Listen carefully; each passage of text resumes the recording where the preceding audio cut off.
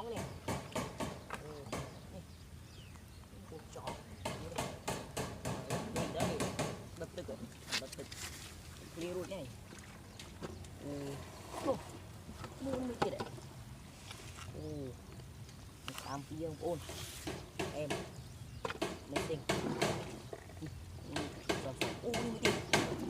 Ôi này bơi ơi.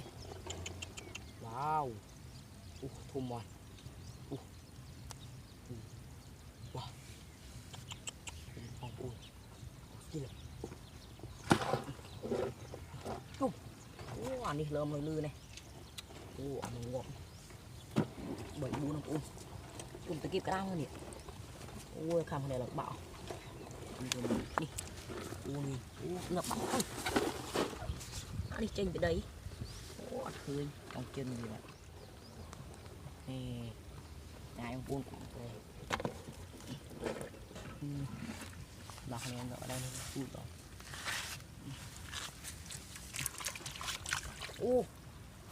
Wow, bắn cái đây. Đâu có lốc á. Mua điện. Oh my god.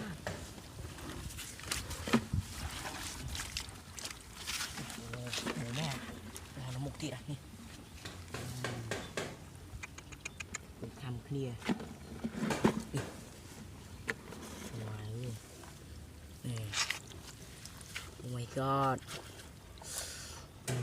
Khăm cái chán như này. Khăm lục bạn. Này.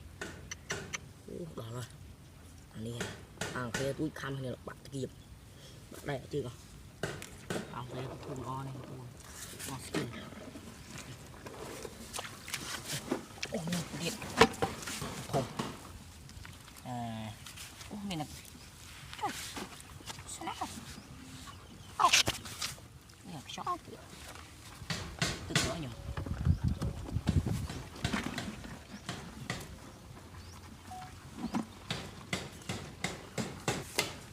Mới xinh à.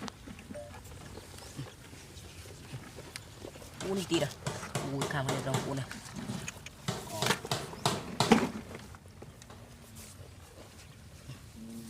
Ở đấy nào. Mình có thể khởi kiện tiện.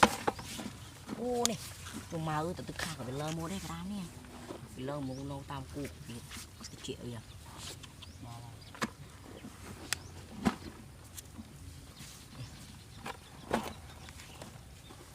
Mình đầy. Tiện này. Đi tiết.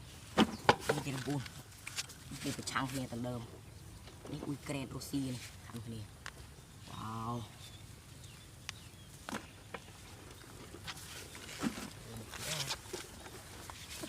Đi, đi. Wow. Bệnh bật này, to tăm cái đấu đi. Bật nó tức này. Này, tăm đi đây. Rồi như nó tự đau này. Cái thứ nó tự.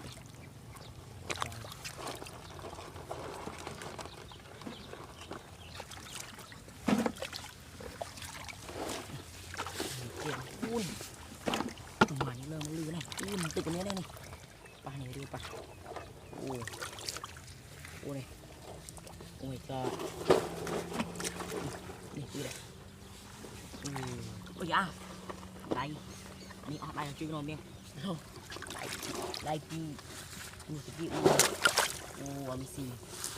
Đặt ở lên.